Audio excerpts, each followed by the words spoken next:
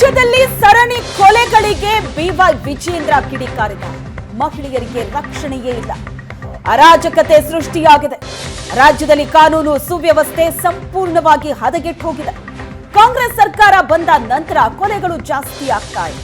ಬೆಂಗಳೂರಿನಲ್ಲಿ ಬಿಜೆಪಿ ರಾಜ್ಯಾಧ್ಯಕ್ಷ ವಿಜೇಂದ್ರ ಹೇಳಿಕೆ ಕೊಟ್ಟಿದ್ದಾರೆ.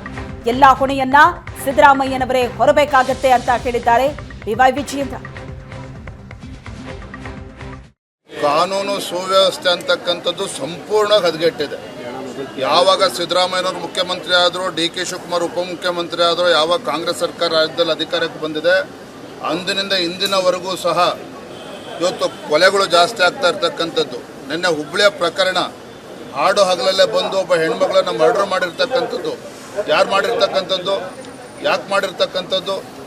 ಮೊನ್ನೆ ದಿನ ಇವತ್ತು ಬೆಂಗಳೂರು ಮಹಾನಗರದಲ್ಲಿ ಇವತ್ತು ಜೈ ಶ್ರೀರಾಮ್ ಅಂತ ಹೇಳಿದ್ರೆ ಅವರು ಅಲ್ಪಸಂಖ್ಯಾತರು ಬಂದು ದಬ್ಬಾಳಿಕೆ ಮಾಡ್ತಾರೆ, ಧಮಕಿ ಹಾಕ್ತಾರೆ ಅಂತ ಹೇಳಿದ್ರೆ ಇದಕ್ಕೆಲ್ಲವೂ ಕೂಡ ಹೊಣೆಗಾರಿಕೆ ರಾಜ್ಯ ಸರ್ಕಾರ, ಮಾನ್ಯ ಮುಖ್ಯಮಂತ್ರಿಗಳು ಹೊರಬೇಕಾಗ್ತದೆ. ಯಾವ ವಿಧಾನಸೌಧದಲ್ಲಿ ಇವತ್ತು ಪಾಕಿಸ್ತಾನ್ ಜಿಂದಾಬಾದ್ ಘೋಷಣೆಗೆ ಶಕ್ತಿ ತುಂಬತಕ್ಕಂಥ ಕೆಲಸ ಕಾಂಗ್ರೆಸ್ ಪಕ್ಷ ಮಾಡ್ತಾ ಇದೆ. ಇದರ ಪರಿಣಾಮ ರಾಜ್ಯದಲ್ಲಿ ಏನು ಬೇಕಾದ್ರೂ ಮಾಡ್ಬೋದು, ಕೊಲೆ ಮಾಡ್ತಾ ಇದೆ. ನೆನ್ನೆ ಮಡಿಕೇರಿಯಲ್ಲಿ ನಡೆದಿರ್ತಕ್ಕಂಥ ಘಟನೆ ತನಿಖೆ ಆಗಬೇಕು. ಇವತ್ತು ನಮ್ಮ ಕಾರ್ಯಕರ್ತರಲ್ಲಿ ತೀರ್ಕೊಂಡಿರ್ತಕ್ಕಂಥದ್ದು, ಅವ್ರ ಮೇಲೆ ಕಾರ್ ಹರಿಸ್ಕೊಂಡು ನಿಲ್ಲಿಸ್ದೇನೆ ಹೋಗಿರ್ತಕ್ಕಂಥದ್ದು.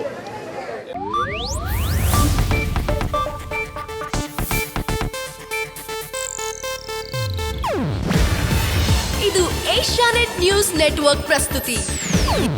ನೀವು ನೋಡ್ತಿದ್ದೀರಾ ಏಷ್ಯಾನೆಟ್ ಸುವರ್ಣ ನ್ಯೂಸ್.